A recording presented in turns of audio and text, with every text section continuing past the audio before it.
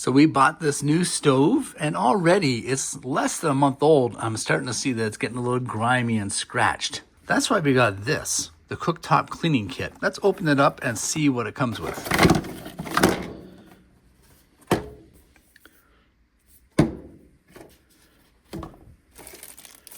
Oh, look at that. So this looks like a razor blade to scrape off any excess gunk. This looks like a handle that goes on top of here. And obviously this here is the cream for cleaning it for a glass cooktop, which is what we have here. All right, let's get to it. There's a seal right there that's got to come off first. Give it a good shake.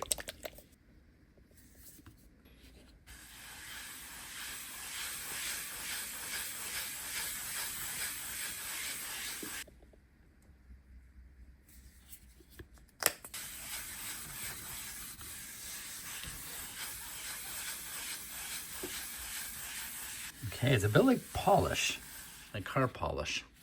And then wipe it off with a dry cloth. So now it's got a bit of a film on it. I'm just gonna use a paper towel here.